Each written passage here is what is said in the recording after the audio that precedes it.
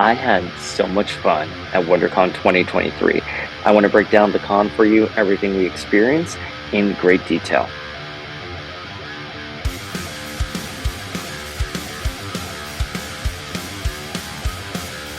Shout out to the Powers of X-Men podcast.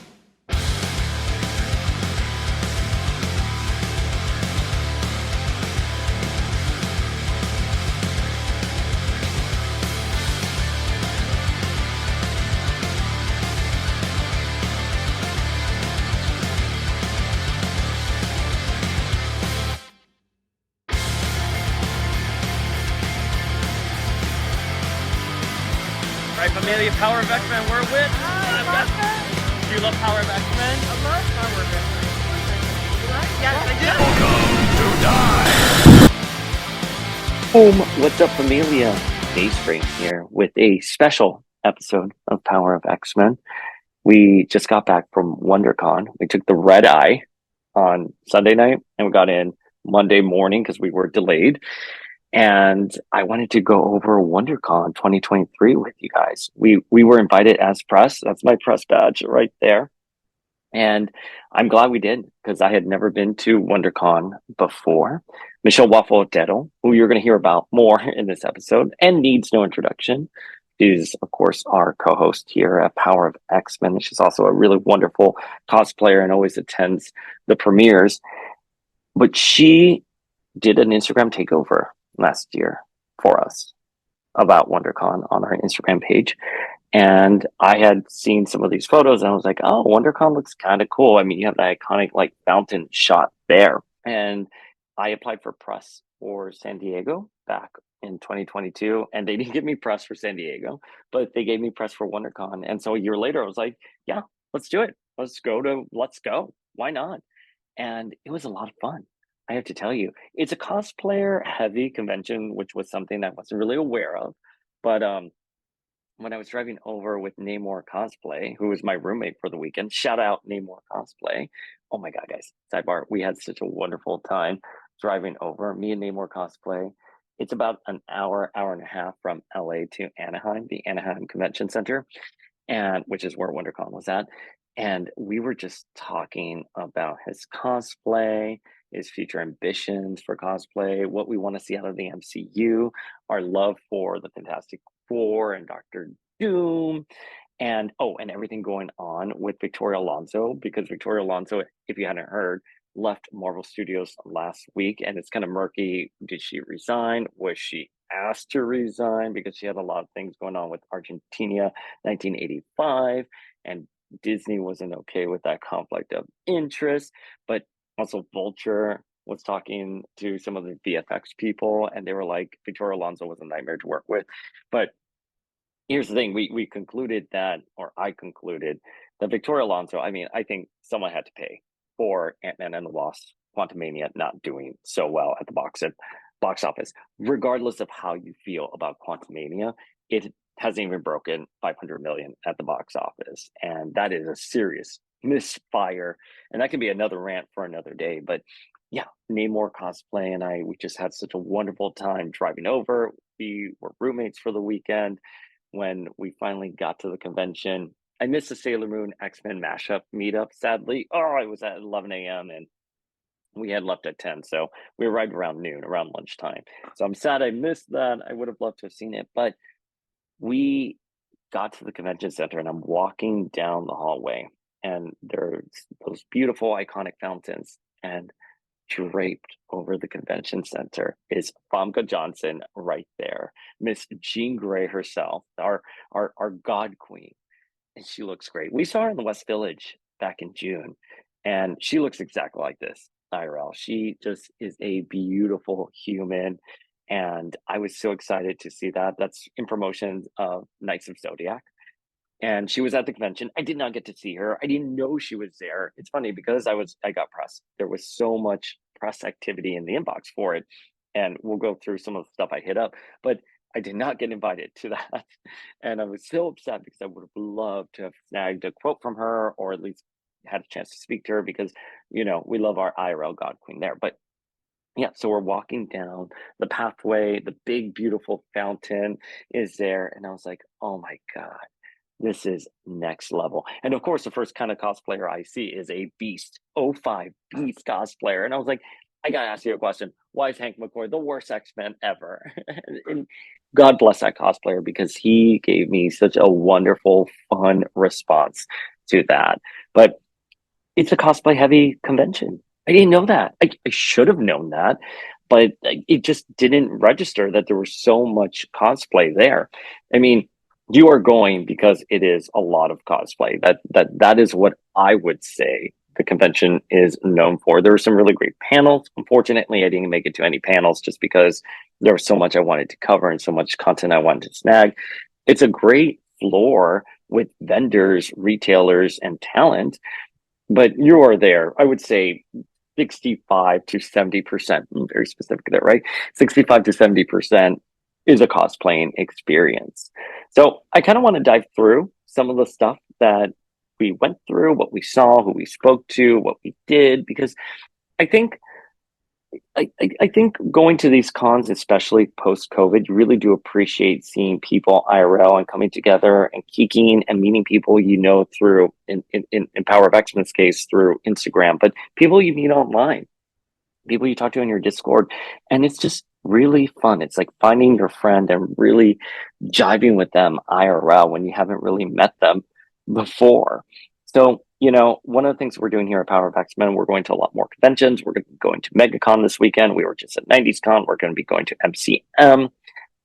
I really want to spotlight these conventions and sort of give you the tea on like what to expect if you're going to make the hike. In my case, I'm coming from the East Coast. Either I would have come from New York or Miami. So we're talking, this is a 5-hour flight, no matter which way you paint it for me. Is it worth it? For WonderCon, I will tell you, it is absolutely worth it. Now, worth it, asterisk, go in knowing it's a lot of cosplayers. You're going to go see the cosplayers. The Anaheim Convention Center is beautiful, really wonderful opportunity to snag content.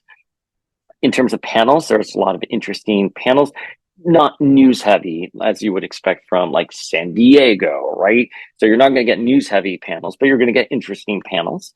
And there's a lot of vendors and retailers there. And I will say very good vendors and retailers. I saw a lot of Marvel Legends there. That's what I predominantly collect. A lot of Marvel Legends there that I've never seen out in the wild at a convention. They were there like a Build-A-Figure Sauron. I saw a lot of the old school, like Toy Biz, that X-Men Danger Room box set with Rogue, Beast, Magneto, and Wolverine that got so many of us really hooked on Legends back in the day. That was there. I haven't seen it in a while. And they had a lot of newer stuff as well. There was also a lot of talent on the floor. Teenie Howard was there, even though I didn't see her. Teenie Howard was there at a booth. You had Scott Lobdell, who was there as well. You had Aspen Comics, the company Mike Turner co-founded. They were there as well.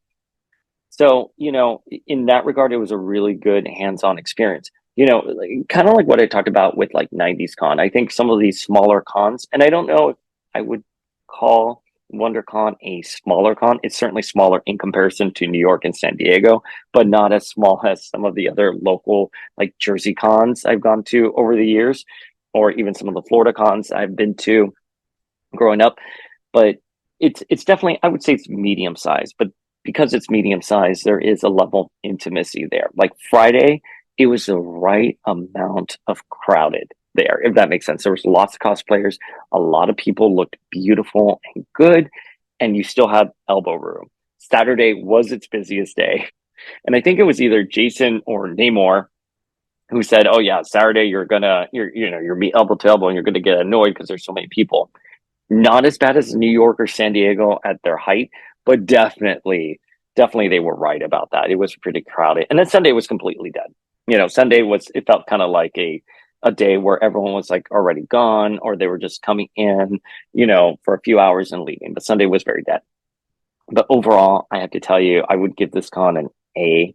There was so much fun, so beautiful. The weather was gorgeous. Everything's walkable. But let's go through it. We saw a lot of talent there, and we were really happy.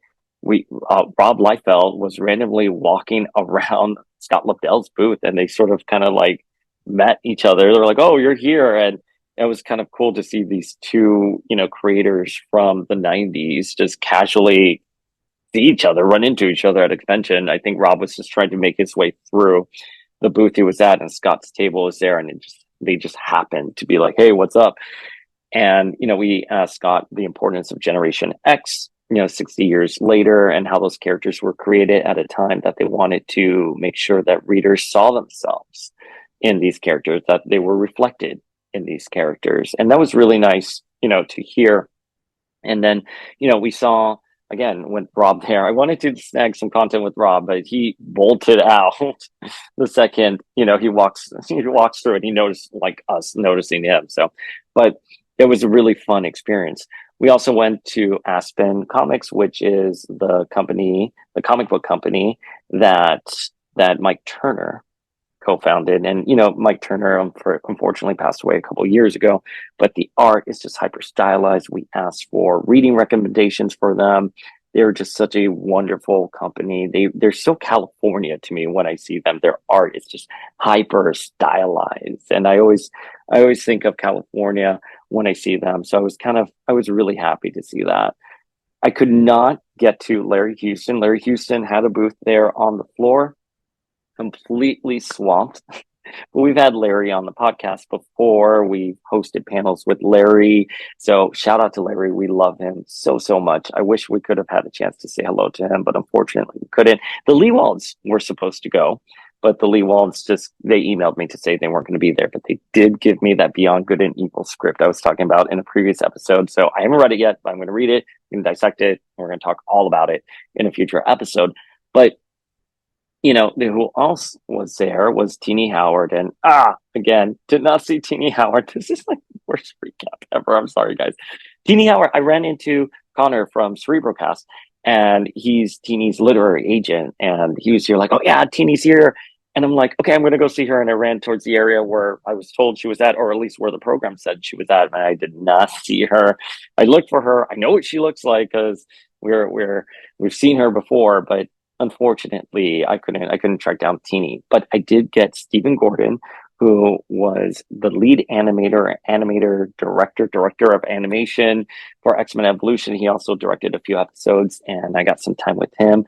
We talked about the creation of Goth Rogue, how she was a reaction to sassy Southern Belle Rogue that didn't quite set with him. He's telling me this as I'm recording him. I'm like, "Oh my God, we're good friends with Lenore Zan here." But I understand what he was saying. It was not personal by any means. It's just creatively, they wanted to do something different with Rogue. They wanted to have her come a little bit more inward. So that's where you got that goth X-Men Evolution Rogue and their approach to her on that. So he's going to be on the podcast in a future episode. I've been emailing with him today. We're trying to schedule a date. I cannot wait to have him on because we have so many X-Men Evolution questions. He does talk about the love triangle with Scott, Jean, and Wolverine, and how they wanted to do something different. That's why Scott and Jean are in high school and Wolverine is an adult teacher. Long established, they did not want to do the love triangle. They wanted to avoid it, given that they just wanted to do something different and make it their own. And that was supposed to originally be like a Muppet Babies, X Babies cartoon. Isn't that wild? So we eventually got X-Men Evolution, and he was talking about how, in the first couple of episodes, they were a little stiff because they didn't really know where to go with it, but then they found their stride. And we're going to ask him so many questions once we have him on the podcast. We also got a chance to speak with Walter Jones, who is Zach from Power Rangers, the Black Ranger. We were invited via press to have a conversation with him. And obviously with the Netflix revival coming, we were so excited to ask him about Twee, the actress who played Trini, and some of his best memories with her. We asked him about Peter David, and he wishes Peter David well and a recovery because we need his light in the industry. And we also got to ask him who would he play in the MCU? And he didn't really know what to say. He was kind of like being bashful about it, but I was like, Wolverine, let's get Walter Jones as Wolverine. You know what I mean? He'd be badass with those dance moves, but it was a very funny, kitschy conversation. And it's on, we put that on podcast platform. We'll probably dump it here on YouTube in the coming days, but really, really enjoyed being able to interview him. He was so wonderful. We also got a chance to look at Bandai. We're invited to do a Bandai tour. They have a booth there, and I didn't know what to expect. I was like, "Oh, Bandai has a booth there. I've only seen them in New York Comic Con, San Diego Comic Con. It's not going to be that big. It's not going to be that elaborate." They have a booth, and they have the SH figure arts there, and I was able to take a look at them. They had very little Sailor Moon stuff, which is what I would have brought there as a fan because I'm a huge, huge Sailor Moon fan. But Bandai was there, and they have a wonderful presence. I'm obsessed with everything they do. I want, if I had unlimited space and unlimited funds, I would have a room dedicated to just what Bandai puts out there. But they had a really large presence at the con, which I was really shocked at. Someone can come in and correct me, of course, but their presence was as big as New York Comic Con, for example. I mean, the booth may be a tiny bit smaller or just organized differently, but the showroom, the con floor stops once you get to the Bandai. There is a presence there. So again, I was shocked that for WonderCon they would have such a big presence, but they did, and it was absolutely jaw-dropping. I was very happy. I always love seeing the Bandai booth at a con. It just fills me with fuzzies. So in terms of cosplayers, let's talk about some of the cosplayers we saw. There was the Hellfire Gala walk, which I was the MC for. The mic didn't work, unfortunately.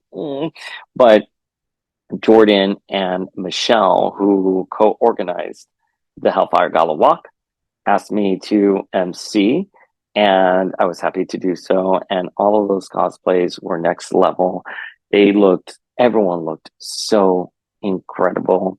We had Pyro. Shout out to Ryan, such a wonderful cosplayer. I got to spend time with Ryan, which was so much fun. I haven't met him IRL before, and his energy was just so infectious. There's an interview where I'm sort of like, he gave me a piggyback ride, and I'm like interviewing who's the worst X-Men ever, and he's here like Morph because he's a Mystique knockoff. It was hysterical. I was like, bro, people are going to slide into my DMs and get so angry, but he was so much fun to talk to. But anyways, he did Pyro. There was a wonderful Jean from one of our good friends of the podcast. She hosts a Barbie podcast, and we love her very much. She was our IRL God Queen. Jordan was Dazzler. Michelle was Emma from her second year. I'm sorry, I had to take pause there because Emma has had like 7 Hellfire Gala looks. Actually, not 7. So far, 5 Hellfire Gala looks. But she was the one from last year, which was white and kind of like the gold on it with like the bob. And she looked absolutely incredible. Michelle was a showstopper, as always. Nerd Alert, we have to talk about Nerd Alert's cosplays because he was Archangel with the death mask. Absolutely great. With like the kind of like folded in wings. Everyone was stopping him. He couldn't go anywhere. And he was Fabian Cortez on Friday, and who's my favorite ex-villain, one of my favorite characters ever, and a Scott Lobdell creation. In fact, that's how we found out Scott Lobdell was at the con, because Scott Lobdell stopped Jason and was like, "Are you Fabian Cortez?" Because I created that character. And Jason's like, "Who are you, Scott Lobdell?" And he looks down his nameplate, and it is Scott Lobdell. But he was Fabian Cortez. I love that character. But his showstopper, Jason's showstopper, was Strife on Saturday. And he had the big helmet. He had the legacy virus. It was so much fun to see him go at it. And then Namor cosplay. All of you know I'm the president of the Namor cosplay fan club here. He was Nova on Friday. Such a great Nova. People stop him. They know him. They're like, "Oh my God, look at your Nova." He was Ronan the Accuser on Saturday. So literally we woke up at like 9 o'clock, and he had a makeup artist there to help him do his Ronin makeup. He goes there. He looks absolutely incredible. I was supposed to be his handler, but I was caught up with Bandai, Walter Jones, and some other stuff that I wanted to cover for the podcast and stories. But he looked so menacing and incredible with his big hammer. And then, of course, he was Colossus on Sunday, and he woke up at 6 a.m. Another makeup artist came in to do him on Sunday morning, and he killed it. I mean, there was a magic there who looked incredible. It was just so much fun. We celebrated Jason's, Warpath Dylan, and Cammy's birthday on Saturday night at the Hilton. hotel lobby bar. We just monopolized that area and we drank. So if you saw the Insta stories, I'm sorry. I know I was very incoherent, but Warpath Dylan and X Reed's co-host Chandler were there as Wiccan and Hulkling, and they looked so great. Warpath Dylan had a rogue cosplay that was so much fun. I was like, let me take a picture of you. And he did like the hand going out like that. It was so much fun. Jordan just killed it. She was like a gender bent Cyclops that was, I asked her, it was better, Emma Frost or Jean. She gave such a wonderful answer. Isabel, who has a Barbie podcast and was Jean for the Hellfire Gala, just absolutely, we had a wonderful talk while we were there at the bar about life. It was just such a really fun con, I have to tell you. And I got to meet other cosplayers for the first time, IRL, like Dark Matters and Align did a Phoenix one and a Yellow Ranger, two really great characters that I love to see cosplay. He did gender bent versions of them. He looked absolutely wonderful. He was Nightwing on the third day. Shout out to him, to Align. Go check him out. He has a wonderful cosplay vibe. But yeah, I think my only regret for WonderCon is that I didn't have all the energy I wish I had. Like Friday night, we got in, we did the con, and I went directly to bed because I was so tired from my flight the night before. Saturday, I had all the energy, do not regret anything on Saturday. But Sunday, I woke up, I did the con, and then I had to take a red eye back to Florida. And I was like, oh gosh, I'm dead right now. But overall, WonderCon, completely worth it. I recommend everyone go. The only thing I can say is that the news of Victoria Alonso coupled with Mondo sort of getting gutted and everything going on with Jonathan Majors getting arrested, it kind of put a little damper because when we were coming together to talk about, Marvel and everything going on in the MCU, for example, it was kind of like, oh yeah, did you see Jonathan Majors got arrested last night in New York? And again, or not even last night in New York, the news was unfolding while we were at Jason, Dylan, and Cammy's party. So we were kind of sad, to see that. I know it's weird to say sad, but we're all seasoned fans at this point. A lot of us are seasoned fans at this point, and we know something like an arrest or an executive leaving under nebulous terms can really damage, a movie, a franchise, a company. And I hope whatever gets sorted out, the air gets cleared. Obviously, details are still coming out for both cases. So as they come out, we will understand it, metabolize it a little bit more and know how to comment appropriately. But right now, it's just, we're just getting the news. So, but just the convention itself, guys, I can't stress enough. Go to WonderCon. It is a fun thing. It's beautiful. Anaheim is beautiful. The weather was perfect. We went to downtown Disney for dinner. It was a lot of fun. I know Michelle and some other people got in the day before so they can head up Disneyland. I'm from Miami originally. Well, I guess I now live in Miami again, but I'm from Miami, Florida. I grew up going to Disney World. So I was like, oh, it's so weird to say Disneyland, but go to Disneyland. It was a lot of fun. I 100% recommend WonderCon. But again, if you're going, make sure you understand why you're going. It's one of those cons that it's very cosplay heavy. There's a really good con floor. Panels are good, but don't expect any major reveals, stuff like that. Anyway, that is our recap for WonderCon 2023. Hit us up on Power of X-Men. We're going to be going to MegaCon this weekend, so I'm excited to see that. And we will see you guys next time.